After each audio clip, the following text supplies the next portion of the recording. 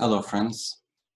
Our topic today is we have two poems from Lord Byron, a very important romantic poet from the 19th century, who was very influential and who had actually achieved a celebrity status, maybe throughout Europe.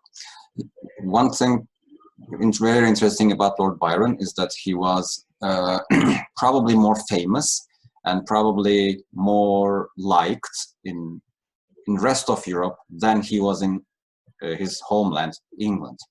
So he was an interesting poet, and we will see why. So let's start our presentation.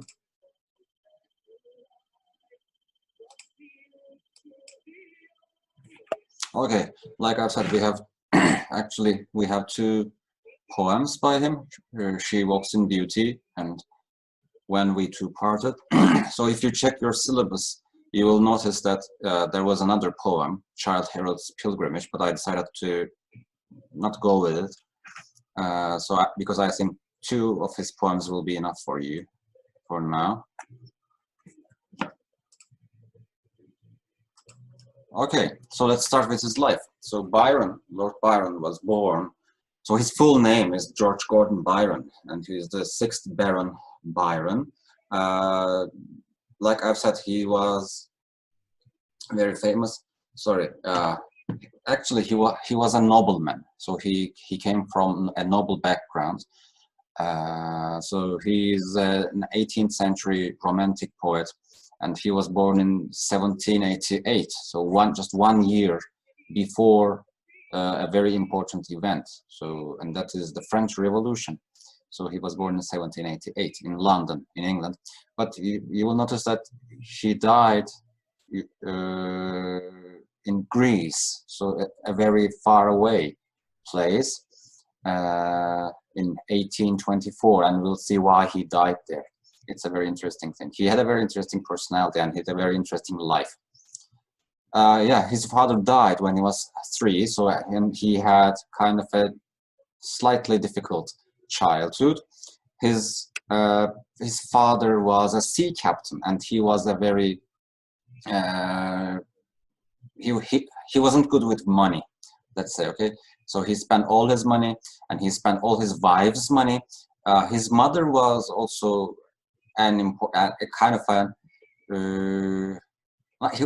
his mother was not a commoner, let's say. His mother actually came from the line of British kings, but of course she was a petty noblewoman, let's say. She was a minor noblewoman. But anyway, his father was a sea captain, and he wasn't a responsible person, and he spent all his and her and his wife's money. Anyway, his father died when he was 3, and when he was 10 years old, he inherited his title from his great uncle. So as you can see, your title is the 6th Baron Byron. So he was a baron. A baron is a minor nobility title, a title of nobility. It's a very minor. If you remember from our previous lessons, so we have a count, and then we have a baron, and then we have an earl, and then next up we have a duke, and then we have a king and an emperor. So a baron is like the second least important title of nobility. But of course, because it's a title of nobility, it's a very important thing. But anyway, he's a minor nobility. Anyway, but he was also a politician, because he was also a member of the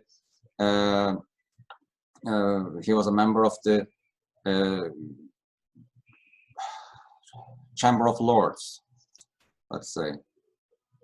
House of Lords, I'm sorry, he was a member of the House of Lords. So he was also kind of involved in politics and governmental things, but like I said, he was a romantic poet and a romantic person, so he was kind of a revolutionary person, and that's why his opinions did not really fit well with the rest of the members of the House of Lords, and that was a problem. Anyway, So in 1801, he had a good education. He went to Harrow, one of England's most important, most well-run, most prestigious schools. An interesting thing, in 1803, he fell in love with his distant cousin, Mary Chaward. She was an older woman, an older girl, and she was already engaged, and she rejects him, and so nothing materializes, so they don't become lovers or anything, but she becomes a symbol for beauty for him. And in many of his poems, we can find the hints, we can find the traces of this woman, of his cousin, as an idealized version of a woman. Probably we can best see it, we'll be best able to see it in She Walks in Beauty, maybe. But of course, we can just speculate. I mean, we can't really know for sure if those poems were written for her, but many critics have guessed that she became a source of inspiration for him in many of his poems. And then, like I've said, he was an interesting person, and he met Augusta Byron, his half-sister from his father's first marriage, and he fell in love with them. He fell in love with her, and he actually, again, probably, we're not certain, but he had a child from his half-sister, and there was so much public outrage regarding this issue, and therefore he had to leave England, and then he never came back. Okay, so there's an interesting painting of Lord Byron. So you see, that's not a clothing that you will see on an English nobleman. So that's an Albanian outfit. Albania. Albania is a country in the Balkans region. Okay, in 1809, Byron takes a seat in the House of Lords, and then he starts a grand tour. A grand tour is something like a big trip, so, where you begin visiting many countries. Think of it like getting on a tour and visiting many different places throughout a place. So he sails to Lisbon, which is the capital of Portugal, and then he goes to Spain, and then he goes to Gibraltar. Gibraltar is also a place, is a place in Spain. It's the southernmost point of Spain, and then he goes to Malta. Malta is an island in the Mediterranean, and then to Greece, and then to Albania. So his first major literary work is Childe Harold's Pilgrimage, but it's actually a very long poem. So the text that you have in your course packs is a very an abridged version, a shortened version of it. But in actuality, like I've said, Childe Harold's Pilgrimage is a very long poem. So he becomes instantly famous with Childe Harold's Pilgrimage. People love it. But again, at this point, there's no scandal about his life. So just check the dates. So like check here in 1814. It's time when he has an illegitimate child with his half-sister. But then we turn back in the slide to the year 1809. So he starts a grand tour. He visits many countries, and in this painting, you see Lord Byron in an Albanian outfit, Albanian clothing. So in March 1810, he sails to Constantinople. He comes to the Ottoman Empire. He visits Istanbul, and also he visits the site of Troy. Troy is in Çanakkale, as you know, and he swims the Hellespont. Hellespont is Çanakkale Boğazı. Okay. So he swims there as an imitation of Leander. Leander was a mythological figure, and also there's a very famous poem called Hero and Leander. Hero is not the hero. I mean, Hero is the name of a girl in this text. Sorry, there's a very famous poem by Christopher Marlowe, another English, very important English poet. So Leander is both a mythological figure and a literary figure. Anyway, so he visits all these countries and he's very impressed with the life in Greece and in Ottoman Empire and generally in the Orient. If you remember our previous discussions in class, so Orient means the East. So the Occident is the West. So Byron is an Englishman and he comes from the Occident and he comes to the Orient. He comes to the East. East is always mysterious for the Westerners.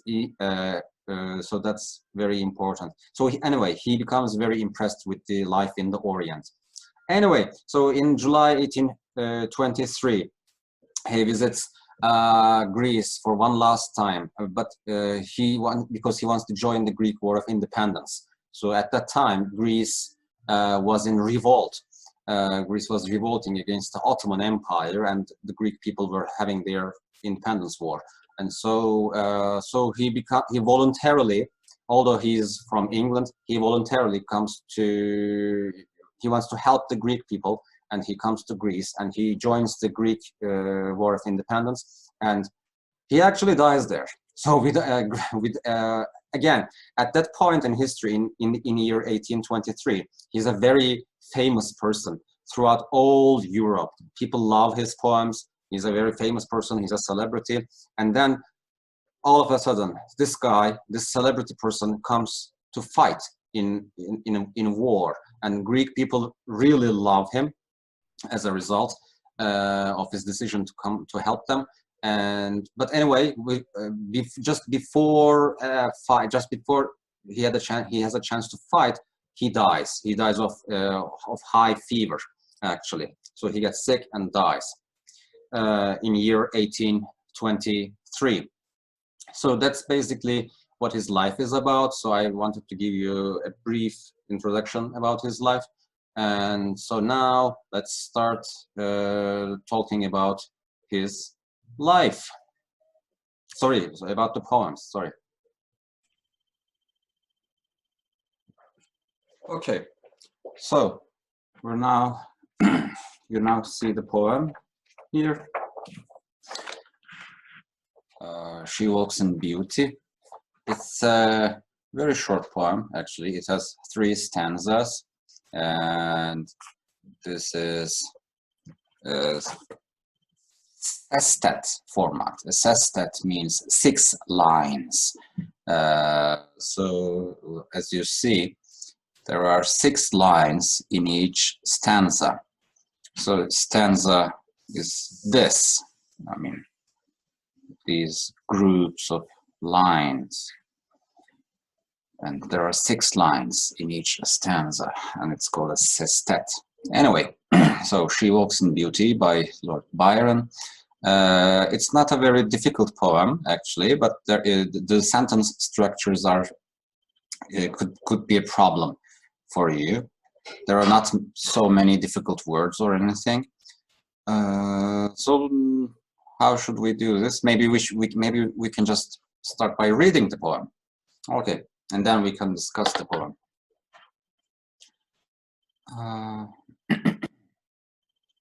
She walks in beauty like the night of cloudless climes and starry skies, and all that's best of dark and bright meet in her aspect and her eyes, thus mellowed to that tender light which heaven to gaudy day denies. One shade the more, one ray the less, had half impaired the nameless grace, which waves in every raven tress, or softly lightens o'er her face, where thoughts serenely sweet express how pure, how dear their dwelling place. And on that cheek and o'er that brow, so soft, so calm, yet eloquent, the smiles that win, the tints that glow, but tell of days in goodness spent, a mind at peace with all below, a heart whose love is innocent.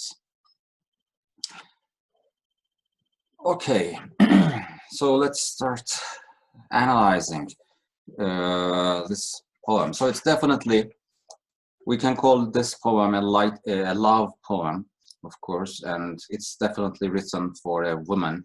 So I want you to think about how Byron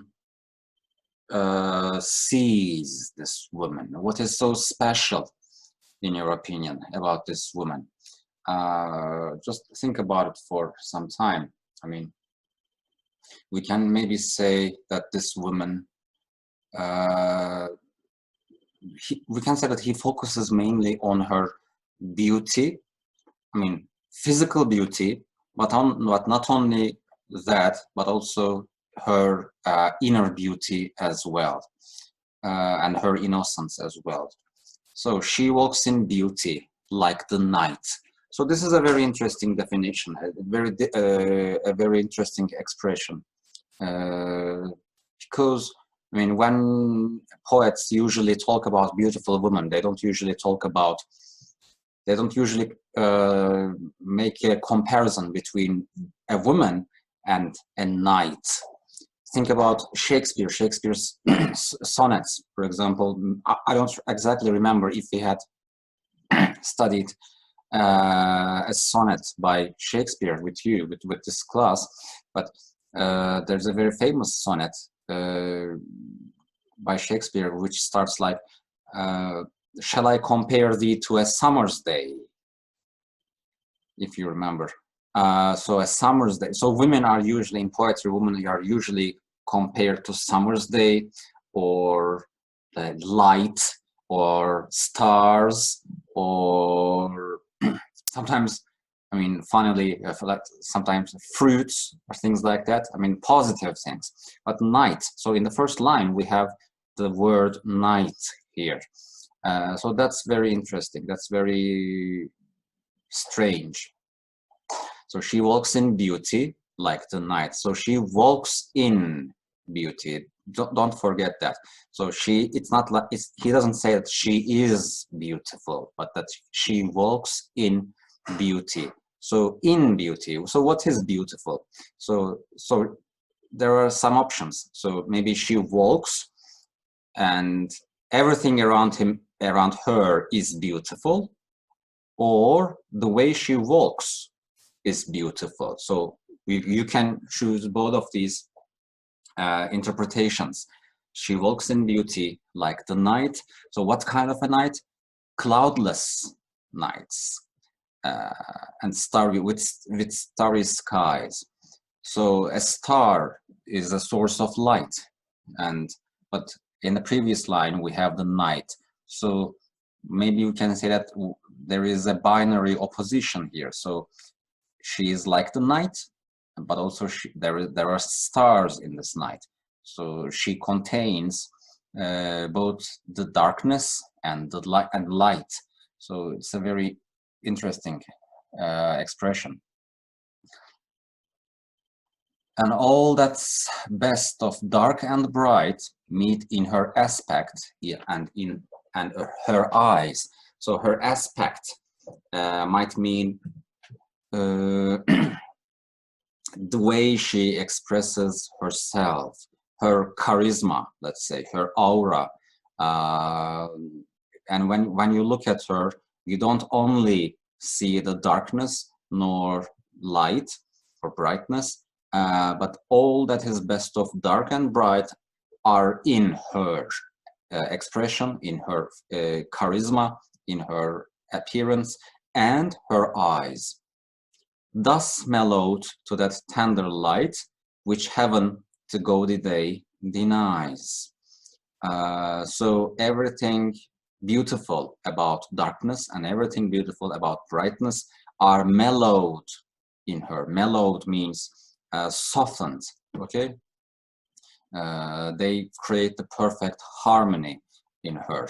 And usually heaven, I mean, in the sixth line, you see the word heaven.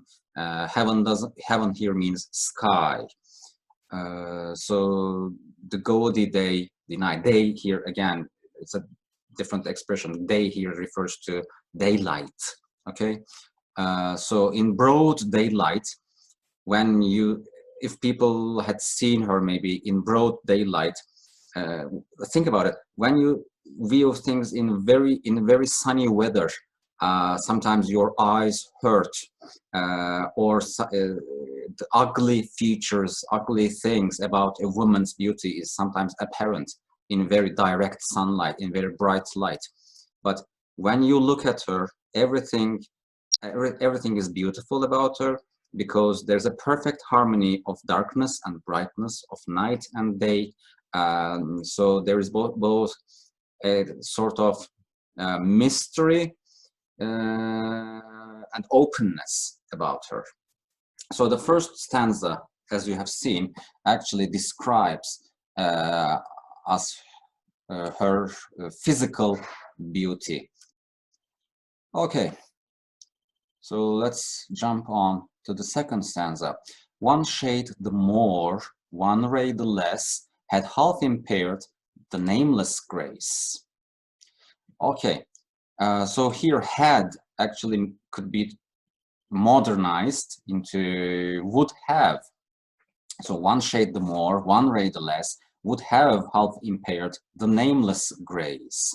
So if there was one more shade, one more darkness, or just a little less light, so ray here, think about it as sun ray, okay? Just a little more darkness or just a little more light would have damaged or impaired the nameless grace, her beauty.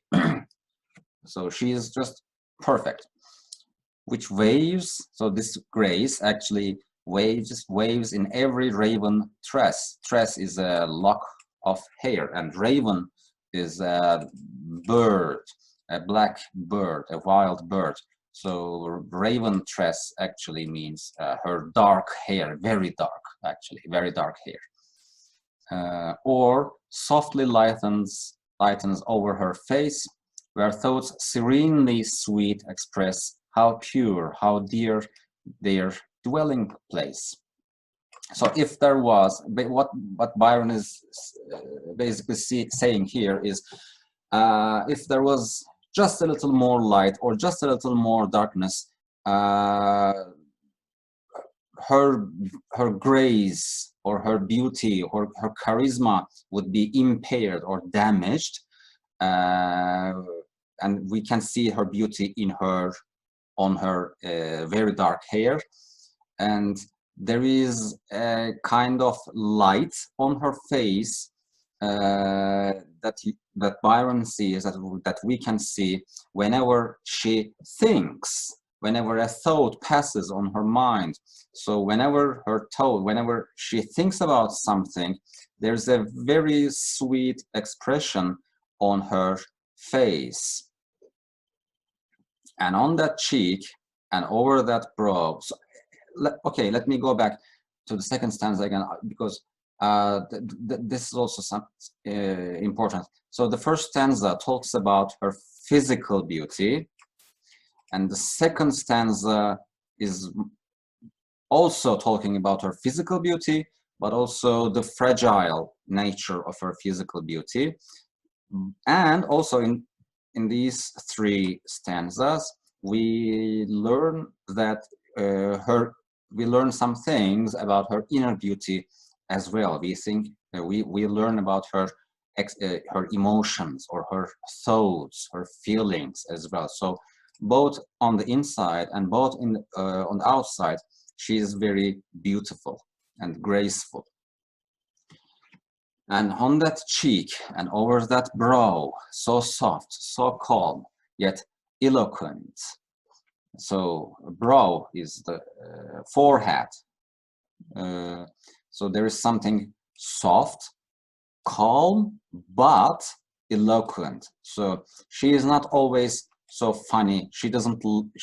She is both very polite. So she smiles maybe, but at the same time she's eloquent. Eloquent means somebody who is graceful, somebody who knows her manners, somebody who is basically like somebody from a high social standing. Okay, and on that cheek and on that and over that brow, so soft, so calm, yet eloquent.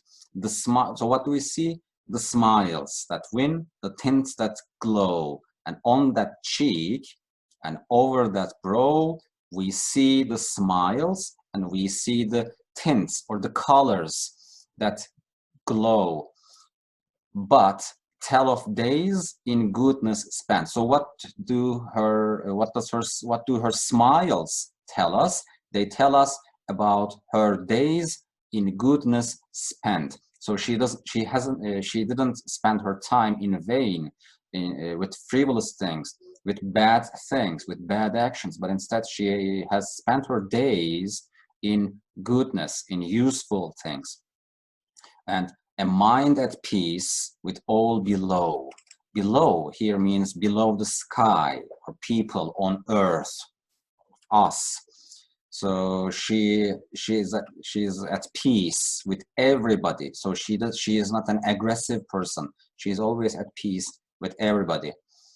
And a heart whose love is innocent. So her love, I mean, whenever she loves, or if she loves anybody, she is always innocent. So that's not, she is not, Byron does not describe her in a sexualized way. He does not describe her in a sexualized way, but instead he says that she is innocent. She just loves whomever she loves in an innocent way. Okay, so we maybe we can talk about some of the themes. We can summarize some of the themes that you might have recognized in this poem. So maybe one of the most important themes in this poem is probably harmony. There is a certain harmony in her.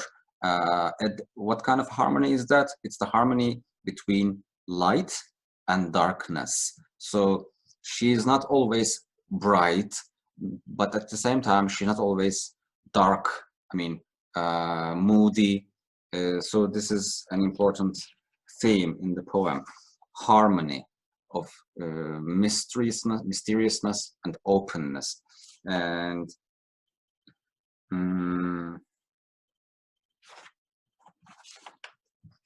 another theme would be again, related to harmony, is the harmony between her inner beauty and outer beauty. So on the outside, she is beautiful. That is for certain.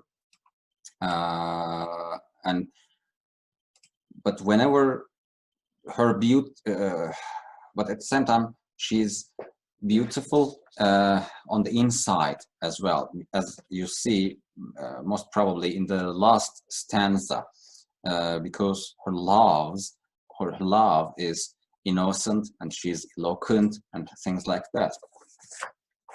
Okay, so we can probably say that so this was actually I think that was an easy poem. So it has a very simple form, So there are 3 stanzas in sestets, but the difficulty in this poem is to make sense of the divisions of the lines. So there are lots of enjambments. That's called enjambments. She walks in beauty like the night of cloudless climes and starry skies, and all that's best of dark and bright meet in her aspect and her eyes. So the division of the lines, and they're forming. So if you have noticed, this is one whole sentence, just divided into 6 lines. So it has a actually very easy form, and there is a certain beauty maybe to it. So that's basically what She Walks in Beauty is about. And we can now talk about our second poem by Lord Byron, When We Two Parted. All right, let's talk about When We Two Parted, our second poem for today. So this is also a love poem, but you must have noticed that it's quite different from the first one, because while the first one is more optimistic, this one is pessimistic, let's say. So in She Walks in Beauty, in the first poem, we have a lady with whom Lord Byron is in love with, and we can see that he is very happy, actually, that she is around him. But then, in When We Two Parted, we have another lady, but he is not really happy with this lady, because they have, as the title suggests, they have just recently parted. I mean, they have separated from each other. They have become ex-lovers. So let's start with reading the poem again. When We Two Parted. When we two parted, in silence and tears, half broken-hearted, to sever for years. Pale grew thy cheek, and colder thy kiss. Truly that hour foretold sorrow to this. The dew of the morning sunk chill on my brow. It felt like the warning of what I feel now. Thy woes are all broken, and light is thy fame. I hear thy name spoken, and share in its shame. They name thee before me, a knell to my ear. A shudder comes over me. Why wert thou so dear? They know not I knew thee, who knew thee too well. Long, long shall I rue thee, too deeply to tell. In secret we met, in silence I grieve, that thy heart could forget, thy spirit deceive. If I should meet thee after long years, how should I greet thee with silence and tears?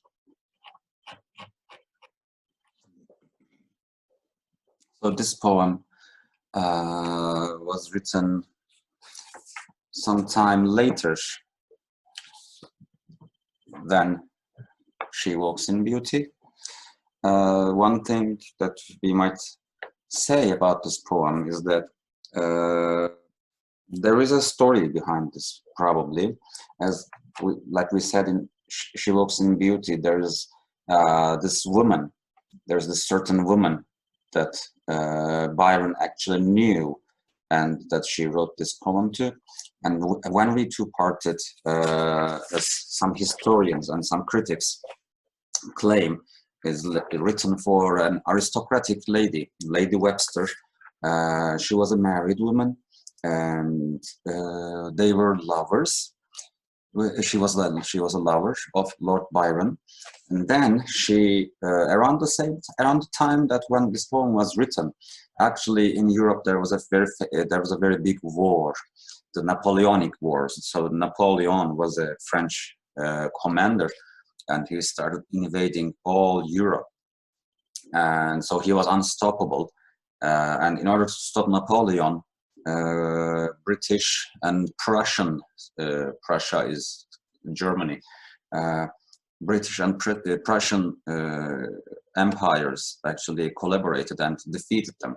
And in a very famous general in the British army was Duke of Wellington. And this woman, this lady Webster, she separated from Lord Byron and became a lover of Duke of Wellington, because Duke of Wellington at the time was very popular among women, because he was very successful. So this woman leaves Lord Byron for Duke of Wellington, and Lord Byron writes this poem. So we have 4 stanzas in this poem, and in each stanza we have 8 lines. This poem is actually even easier than the first poem. It's easier than She Walks in Beauty. And also the themes are this more clear in When We Two Parted. So let's start by analyzing the poem line by line. When we two parted, in silence and tears, half broken-hearted, to sever for years. So the poem starts with the description of their separation. So these two people have separated, and it's like we are being aghast. It's like we are eavesdropping on their conversation. So this poem is addressed to a lady. When we two parted, in silence and tears. So their separation is described with words like silence and tears. So silence is important because it hints that so they didn't fight. Okay, they didn't fight, and their separation was made in silence, because it could be that their relationship was conducted in secret. So they didn't want their separation to be known by other people. So they had to separate silently and secretly. Half broken-hearted, to sever for years. So sever is a very strong word actually here. So to sever is to cut something in two with a knife or something. So their separation is described described with the word to sever by Lord Byron. So this shows us how affected, how badly affected Lord Byron was about this separation. And their separation, and he says to sever for years. So he doesn't think that there will be a time when they reunite, or and also he thinks that their separation will continue for many years, and he is going to feel this the pain of this separation for many years. So she is not an easy woman to forget for Lord Byron. Pale grew thy cheek, and colder thy kiss. Okay, so his description of her physical attributes is like pale grew thy cheek and cold. So she, in his eyes, she firstly loses her color. He loses she loses the color on her face, on her cheek, and then she turns cold, and her cheek turns cold, and then her kiss turns colder. It's like he's describing a dead body, a recently dead body, a recently dead woman. So she loses her skin color, and then she grows cold, and then she grows colder. So it's like he is describing a scene of death. Truly, that hour foretold sorrow to this. So they're separating in these lines. He is describing their separation, the day that they separated, and it's like she's losing his affection towards him. So it's like she doesn't love him anymore. And that's not noticeable in her face and in her kiss. So he kisses her, but she kisses her, but she kisses her in a cold way. So not like the kisses that she gave him before. And truly, that hour foretold sorrow to this. So that hour, by that hour, he means that moment we separated, that moment I realized that she was growing cold towards him. That's what he's talking about. That moment, that hour, actually foretold. It was a sign of this sorrow that I'm having right now. So I should have known that I would be so sorry now, and I should have by just observing you at that moment. The dew of the morning sunk chill in my brow. It felt like the warning of what I feel now. So the dew of the morning. So we learned that it was a morning time when it was a time of morning when they separated, and sunk chill. So there's a recurrent theme of coldness in this poem, as we see in the second stanza and in the first stanza. So it's cold. The dew of the morning sunk chill on my brow. It felt like the warning of what I feel now. So at that moment, my brow, my forehead grew cold, and it was like a warning of what I feel now. By now, he means the moment that I'm writing this poem now. So again, there's a repetition of the same theme, of the theme of coldness being a sign of sorrow, which is felt now, which is felt in a later stage. So lines 5 through 8 and lines 9 through 12 have the same theme, coldness. Thy vows are all broken, and light is thy fame. I hear thy name spoken and share in its shame. So thy vows are all broken. What could he mean here? So probably he means that she has given him so many vows. I mean, she probably said that I will always love you, things like that. I mean, but her vows are now all broken because we know that this woman has chosen somebody else. And light is thy fame. But think about fame as reputation, actually. So your reputation is light now. By light, he means bad. So your reputation is bad now.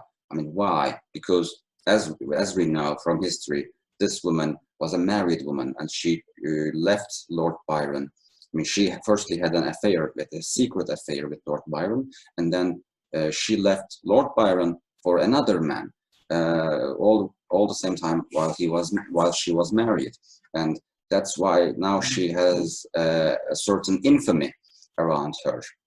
So her reputation is tainted. People now gossip. Probably people gossip about her. Her reputation is light. Her reputation is bad. I hear thy name spoken and share in its shame. So people have begun speaking about her. So he hears her name spoken, and I share in its shame. So imagine a scene like this. So Lord Byron is among friends, maybe, and his friends are talking about Lady Webster around him, but they don't know that Lord Byron had an affair with this woman. So they just randomly start talking about her, and they maybe mention that she's flirting with Duke of Wellington right now, and he feels himself very bad, and he cannot tell anybody that he feels himself bad because it was a secret affair that they had. And sharing its shame, and he feels ashamed because, okay, well, in the next stanza we will have an answer about why he is feeling ashamed. They name thee before me, a knell to my ears. A shudder comes over me. Why wert thou so dear?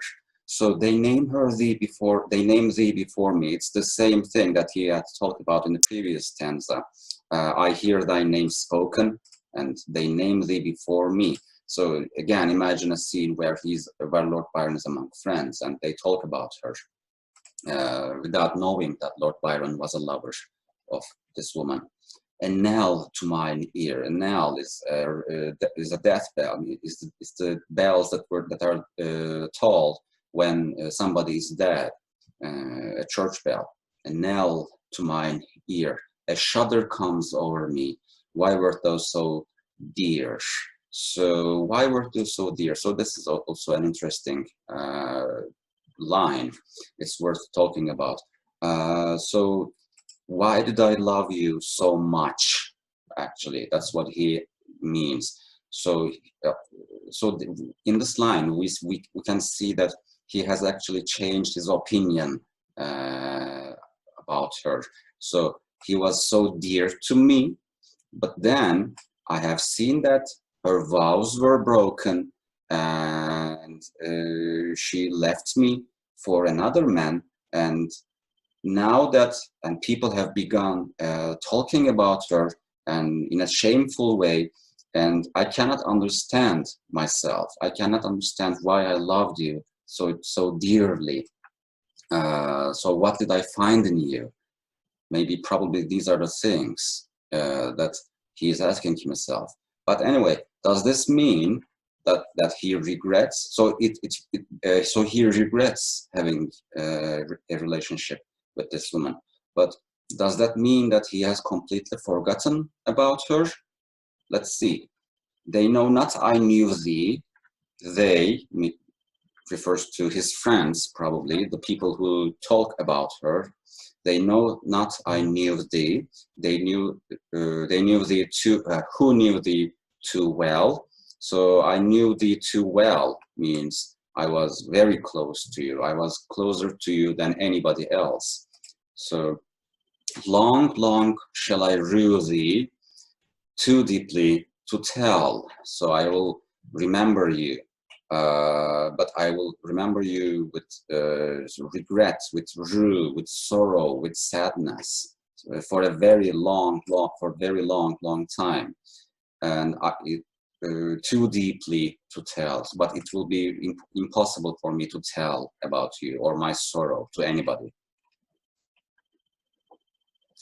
In secret we met. In silence, I grew. So in secret we met because she was married. They had to meet in secret. So it was a scandalous affair. So they couldn't talk about it to anybody. And so that's why in silence I grew. So he doesn't have any friends to talk about this separation, to console himself, to feel better. So he has to live his separation sadness, the sorrow of his separation in secret. He has nobody to tell about it. That's that thy heart could forget, thy spirit deceive. So in the first stanza, we see that.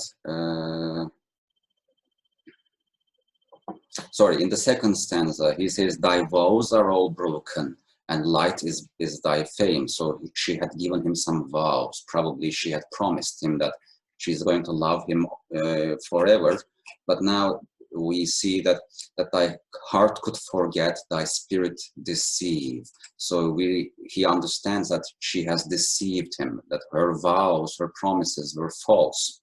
So I cannot believe that your heart could forget me, or that you could deceive me with false promises.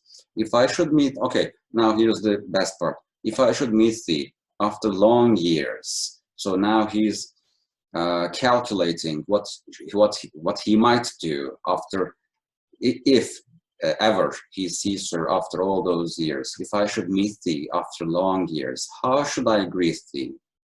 So in the previous stanza we said that we learned that he blames himself for loving such a bad woman, such a liar person, such a lying person.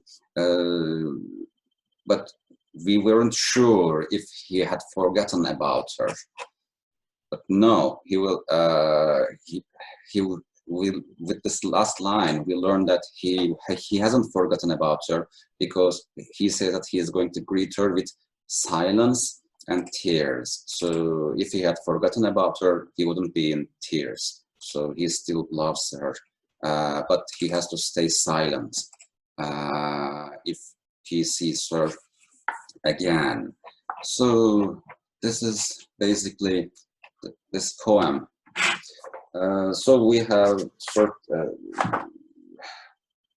again, like the first poem, this poem is When We Two Parted is based on a real relationship. But again, While She Walks in Beauty was based on positive attitudes, the excitement of love, the happiness of seeing a beautiful woman. this poem is quite the opposite, and this poem is about a separation and all negative aspects of love. So we can say that some of the major theme of this poem of When We Two Parted is maybe disappointment or disillusionment. I mean, being unsatisfied, being unhappy about love. So that's basically what this poem was about. All right, so we discussed Lord Byron's life. We said that he had an adventurous life. In the second year, next year, you are going to be studying in the poetry class. You're going to be studying more poems by him, by Lord Byron, and we said that we said that he had come to the Orient. I mean, he had come to the Ottoman Empire, and he was very much influenced and excited and impressed by what he saw in the Orient, in Greece and in the Ottoman Empire. But we didn't read anything. We didn't read any poems which are related to this topic. So in the second year, you're going to read more poems by him, and those poems will be about his Oriental side. Okay, so you can send me emails if you have any questions. So that's basically Lord Byron for today. Okay.